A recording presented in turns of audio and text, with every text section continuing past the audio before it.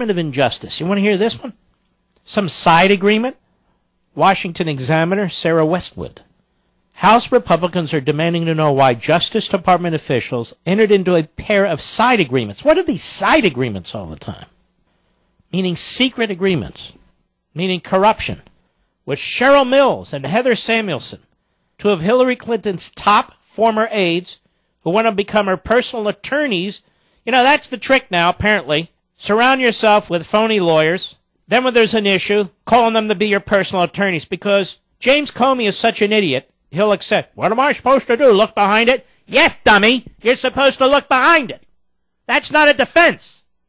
Well, it's not up to me to decide. Yes, it is. Or you go to court and you challenge it. Two of Hillary's top former aides who went on to become her personal attorneys during the FBI's email investigation, listen to this, these side agreements, allowed law enforcement agents to destroy their laptops after searching their hard drives for evidence. Destroy their laptops. You ever heard of anything like this? In a letter from House Judiciary Committee Chairman Bob Goodlatte to Attorney General Loretta Lynch today, Goodlatte questioned why the destruction of the laptops used to sort Clinton's emails was included in immunity deals that already protected Mills and Samuelson from prosecution based on the records recovered from their computers. Like many things about this case, these new materials raise more questions than answers, he wrote. Side agreements, which lawmakers were allowed to read even though they have not yet been released in full to members of Congress. Well, this is not exactly English here, which lawmakers were allowed to read. Oh, I see, they were leaked to the lawmakers. The House Oversight Committee exposed publicly the immunity agreements provided to Mills and Samuelson last month. Critics quickly questioned why the two Clinton aides were permitted to accompany Clinton to her early July interview with the FBI. They'd already been immunized witnesses in the case. The FBI said that because it was a voluntary interview, investigators have no control over who brought Clinton with her. Are you out of your minds? Then it shouldn't be a voluntary interview. Subpoena her. Better yet, you should have had a damn federal grand jury. Look at this, folks. Every step of the way it's corrupt. Hey, do you know what was in Trump's taxes in 1995? Yeah.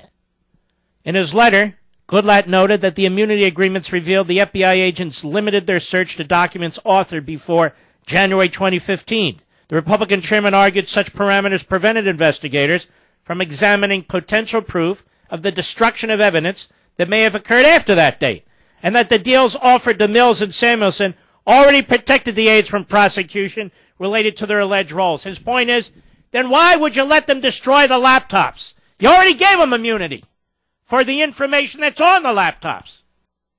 I'll tell you why. Because they didn't want we the people to know what was there, should there be a change in administrations. They didn't want a Republican attorney general and Republican United States attorneys getting involved in this. They're covering their tracks, ladies and gentlemen. It's as simple as that. There's no other answer.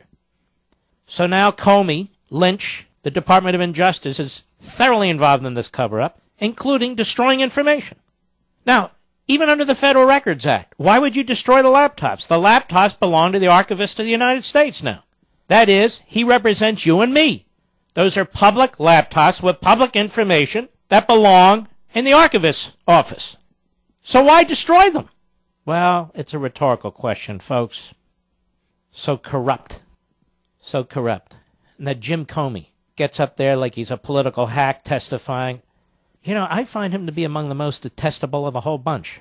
Because if he stood tall and followed the law, despite the enormous pressure he'd be under, we wouldn't be in this mess. But he didn't.